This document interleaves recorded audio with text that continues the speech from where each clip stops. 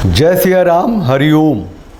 ये कुछ मासूम औरतें हैं, अभी देख रहे हैं आप, ये विधवा हो गई। टैलेंटेड थी, प्रतिभाशाली स्त्रियां थी, कामकाजी स्त्रियां थी, ज़िंदगी में रची बची स्त्रियां थी। और जो नैरेटिव चल रहा है उसको अपना एम्पावरमेंट मान के जो फेमिनिज़म है ये विधवा हो गई। विधवा हो गई तो आपके पास जो सामने तस्वीर हैं इस सब के बारे में थोड़ा थोड़ा बताऊंगा और अपना एनालिसिस भी ज़रूर दूंगा मैं। और कुछ एक जैन मुनि हैं, उनको मैंने सुना है, उनको भी यहाँ रिफ्लेक्ट करने की कोशिश करूँगा। ज़रा इम्पोर्टेंट है ये वीडियो, आप सबको लाइक शेयर सब्सक्राइब ज़रूर कर लेना चाहिए। और जब फुर्सत मिले तभी देखिए, अभी टाइम नहीं है तो चैनल को थोड़ा लाइक शेयर सब्सक्राइब कर लीजिए, बेल आइकन को प्रेस कर दीजिए जिससे आपको नोटिफिकेशन मिलता रहता है। और सामाजिक परिवार को मजबूत कीजिए, ये मैं कहता हूँ। और मजबूत होगा तब जब आप मेंबर बनेंगे, ज्वाइन बटन को क्लिक करके थोड़ा सा सामाजिक परिवार को मजबूत करेंगे। और ये फ़ोन नंबर होता है जो आपके सामने होता है, ये आपके कंट्रीब्यूशन से, आपकी मोटिवेशन से ये चैनल चलता है। ठीक, इतना कहने के बाद मैं मुद्दे पे आ जाऊं तो ये जो हैं, आप पहले तो भी करंट हैं, ये जो पहली स्त्री है ये सोनम राजवंश हैं और जिनके पति राजा राजवंश थे। तो ये भी मासूमी है क्योंकि उन्होंने विवाह करी अपनी मर्जी से, ये गई हनीमून मनाने के लिए। और हनीमून मनाने के लिए जो गई तो ऐसा था कि इनके पति नहीं चाहते थे अभी उनकी पति मतलब इनकी सास के बातों से अभी ये रिफ्लेक्ट हुआ है। वो श्रीलंका जाना चाहता था, ये मेघालय गई। और मासूम मैं इसीलिए कह रहा हूँ कि इनको जब प्रेम हुआ था तो किसी से पूछ के तो हुआ नहीं था। प्रेम की परिणति होनी चाहिए थी, जो हुई नहीं। इनके पिता के फैक्ट्री में जो लड़का काम करता था उससे इनको प्रेम हो गया और फिर इनकी शादी हुई, विवाह हुआ और ये गई। और वो मतलब 15 दिन के अंदर अंदर इन्होंने उसी, जैसा कि पुलिस कह रही है, उसकी हत्या करा दी। उस पर पूरा मैंने वीडियो बनाया हुआ है, लोगों ने बनाया हुआ है, इस पर ठुसे पड़े हैं इंटरनेट पे। बात सिर्फ इतनी सी है कि ये सोनम राजवंश विधवा हो चुकी हैं और कहते हैं कि ये हत्यारिन भी हैं, लोग कह रहे हैं। अब मुहर लगनी बचा हुआ है, वो 3 लोग जो जिसमें इनका एक प्रेमी था और उसके दोस्त, और ये गिरफ्तार कर ली गई हैं। तो पहली बात थी कि विवाह की इन्होंने ज़बरदस्ती की नहीं की, ऐसा कुछ पता है नहीं। मार्केटिंग भी करी थी इन्होंने, प्रेम किसी और से था, विवाह किसी और से हो गया तो इनकी मासूमियत थी, इन्होंने हत्या कर दी। निकिता अतुल सुभाष की जो घटना है पूरी दुनिया जानती है, पूरा भारत जानता है, बहुत मूवमेंट हुआ है। जो मेंस राइट एक्टिविस्ट हैं वो इसको बात करते रहते हैं क्योंकि जो आईटी का था एम्प्लॉय अतुल सुभाष, प्यारा सा लड़का था और माइंडफुल था। और पत्नी से होगी कुछ तकरार उकरार हो गई, सुना कि कुछ एक्स्ट्रा मैरिटल से ज़्यादा कुछ एक पागलपन था शायद पत्नी में, भगवान जाने, उधर मैं नहीं जाता। बात इतनी सी है कि वो 3 करोड़ रुपए मांग रही थी सेटलमेंट के लिए और ये 40,000 रुपये महीना, उनका एक बच्चा था उसके लिए वो दे रहे थे, जिसके लिए वो 2 लाख महीने मांग रही थी। तो अतुल सुभाष ने ये सोचा कि भैया मेरे पैसे से मेरे ही खिलाफ मुकदमा दर्ज की जा रही है, मुझे ही प्रताड़ित किया जा रहा है, मेरे माँ बाप को प्रताड़ित किया जा रहा है। तो जो सप्लाई चेन है वो तो मैं हूँ, पैसे तो मैं दे रहा हूँ, तो मैं खुद को ही ख़त्म कर लूँ, इसके पैसे ख़त्म हो जाएंगे तो ये क्या कर लेगी। और उसने ऐसा ही किया और जो परिणाम है ये है कि वो विधवा हो गई वो निकिता। और कोर्ट ने कहा कि फैमिली डिस्प्यूट तो होते हैं, केस मुकदमा होते हैं, इसके लिए अगर उसने आत्महत्या की है तो इसमें इस लड़की की कोई गलती नहीं है। तो वो पहले दर्जे की उत्तराधिकारी हो गई है अतुल सुभाष के घर में। अतुल सुभाष की जो संपत्ति है, प्रॉपर्टी, उस पर उसका अधिकार है। बेटा तो है ही उस घर का, पोता तो है उसके पिताजी का। तो ये सुसाइड करने के बाद भी बहुत बड़े कष्ट में उसने अपने माँ बाप को डाल दिया। किसी भी हालत में आपकी जो शादीशुदा ज़िंदगी है, पुरुषों की जो ज़िंदगी है उसमें अगर आप उसे भागना चाहते हैं डर के, तो आप अपने पेरेंट्स को बहुत बड़े कष्ट में डालते हैं, उनको आने वाले दिनों के लिए उनकी ज़िंदगी नर्क बनाते हैं। ये बहुत ज़रूरी है। वो जो मासूम निकिता जिसने कि एक सिंपली ये एक ही was force to get suicide, मतलब सीधा है वो, उसने खुद को इसीलिए ख़त्म किया कि वो सप्लाई चेन को काटना चाहता था। एक प्रतिमा है, महिला हैं, ये बालाकृष्णन से इन्होंने विवाह किया था और इनका एक ये बीमार रहने लगे थे बालाकृष्णन जी, तो इनको एक प्रेमी मिल गया था दिलीप हेगड़े नाम का। अब इनके पास सिर्फ एक ही मकसद रह गया कि इसे निजात पानी है, तो पॉइजनिंग वॉइजनिंग करने लग गई होंगी और प्रेमी के साथ मिलके उसकी हत्या कर दी इन्होंने। ये भी मासूम थी, ये भी विधवा हो गई, लेकिन प्रॉब्लम ये है कि सोनम राजवंश का भी प्रेमी था और इनका प्रतिमा जी के भी प्रेमी थे। दोनों ने मिलके पति को निपटाया और निकिता केस में एक्सटॉर्शन का सीधा मामला है। मनिका और पुनीत खुराना का ही मसला है। मनिका जी जो है देख ली कितनी सुंदर है, खूबसूरत है। पुनीत खुराना बड़ा हैप्पी चेयरिंग पर्सनालिटी लग रहा है। एक्स्ट्रा मैरिटल रिलेशन जैसी कोई बात थी, ठोक पीट मार पीट केस मुकदमा लमाका ढमाका पुनीत खुराना ने खुद को ख़त्म कर लिया।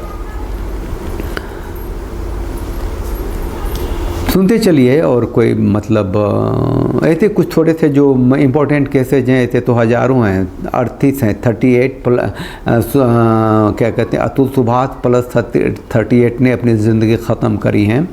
और बाकी उधर मैंने देखा था कि जो मासूम विधवाएं जो हुई हैं, जो पत्नियां हुई हैं, उनकी संख्या उधर मैं गिन रहा था 21 तक पहुंचे थे जो मार्केट में आई हैं न्यूज़ के माध्यम से।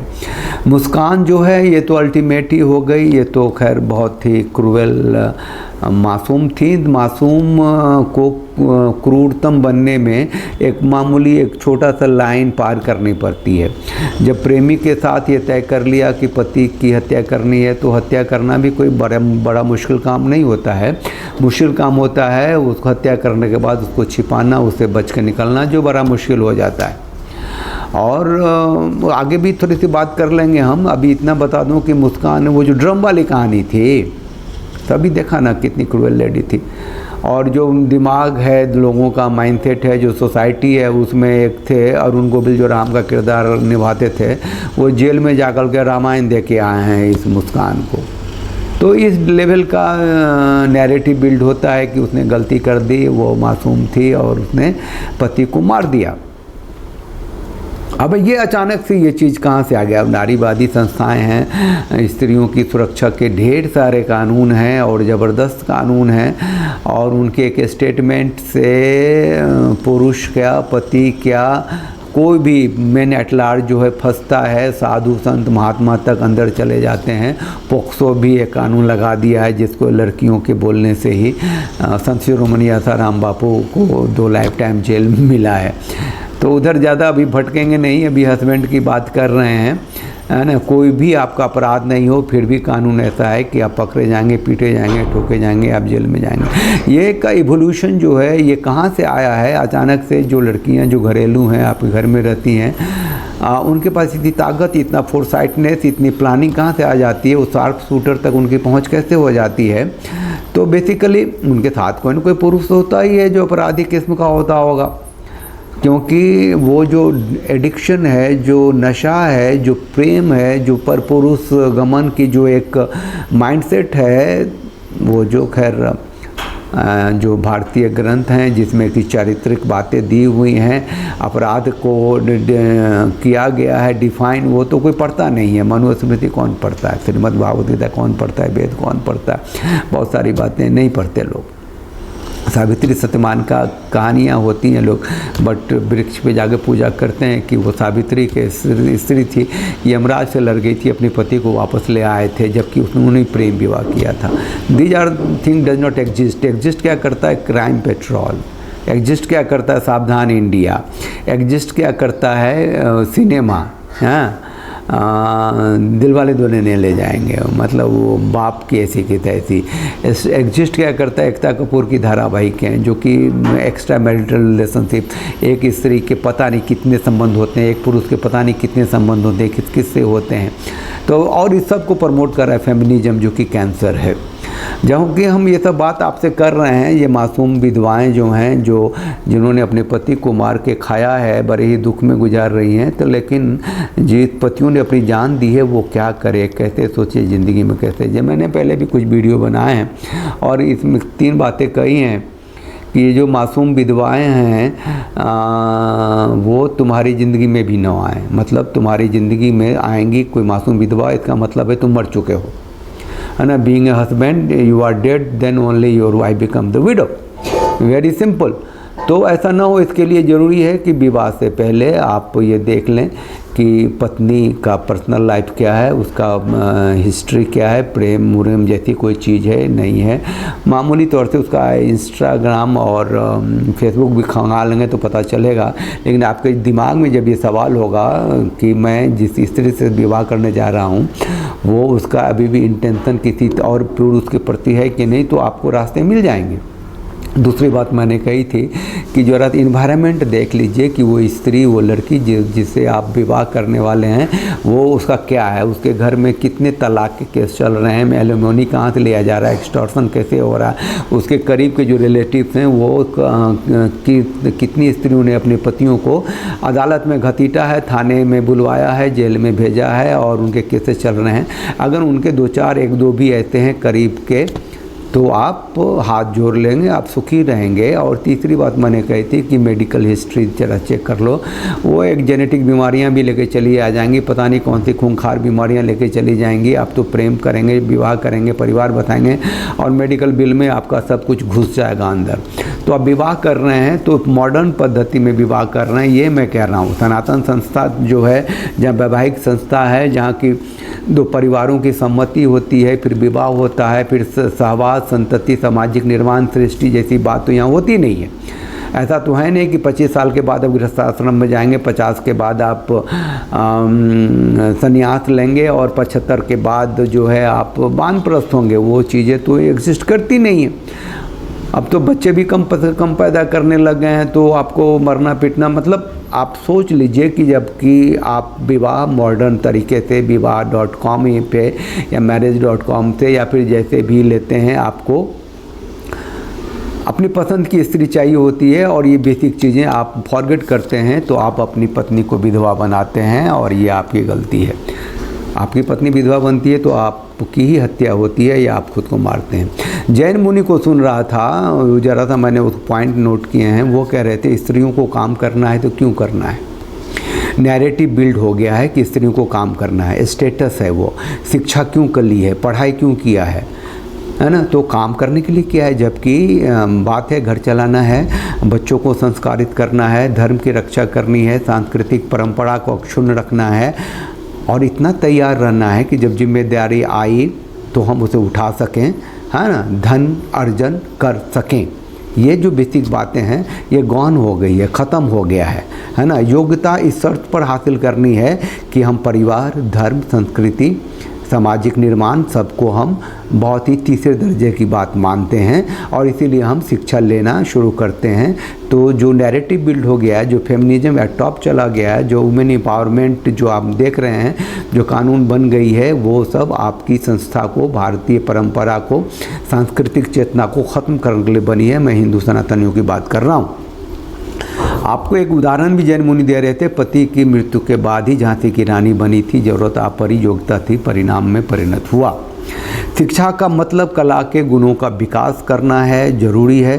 चारित्रिक विशेषता और गुण उसको साथ लेकर के जब हम चलते हैं तो सारी शिक्षा, सारी योग्यता बहुत ही वरदान होती है। लेकिन उसको छोड़कर जब हम शिक्षा और योग्यता और काम की तरफ बढ़ते हैं तो ये अनिष्ट है, ये विनाश है ना। नारी को पुरुष बनाने की होड़ में तब तबाह हो रहा है। मोरल ऑफ द स्टोरी जो है इस वीडियो का वो ये है कि मासूम औरतें जो विधवा हो गई हैं उसकी जिम्मेदारी भी उन पतियों की है जो अपनी पत्नी को विधवा करने में सफल हुए हैं। आपकी पत्नी जब विधवा होती है अब आज के दिन में, तो आपकी कोई नेचुरल प्राकृतिक रूप से मृत्यु नहीं होती, आप मारे जाते हैं पत्नी और उसके प्रेमी द्वारा, या एक्सटॉर्शन थाने कोर्ट के चक्कर में खुद को मुक्त करना चाहते हैं, परिवार को मुक्त करना चाहते हैं, अपनी ज़िंदगी से जाते हैं। इन दोनों स्थितियों परिस्थितियों के लिए ये ज़रूरी है कि आप सोचें, समझें, सावधान रहें। ये बात जबकि मैं कह रहा हूँ तो लोग ये कह रहे होंगे कि क्या ये पुरुष बेईमान नहीं होते, बदमाश नहीं होते, ड्रग एडिक्ट नहीं होते, दारूबाज नहीं होते, पत्नियों को प्रताड़ित नहीं करते? तो इन सारी चीज़ों के लिए सैकड़ों कानून है, पतियों को ठोकने का, पीटने का, मारने का, उनसे एक्सटॉर्शन करने का। स्त्रियों के लिए कानून नहीं है, उनको सज़ा नहीं मिलती है, बड़े आराम से वो निकल जाती हैं और ज़िंदगी में फिर आ जाती हैं जैसे तैसे, जो भी हो उन पे कोई असर नहीं पड़ता है। तो असर पड़ता है पारिवारिक संस्था पे, परिवार पे, पुरुषों पे, बेटों पे, और उन्हें सुरक्षित रहना है तो उन्हें सोच के चलना है। विवाह से पहले ये देखना है कि पत्नी जो उनकी होंगी वो विधवा न हो, इसके लिए medical background, legal background, personal background check जरूर करना है। साथ रहिए, साथ दीजिए। जय सिया राम, हरि ओम।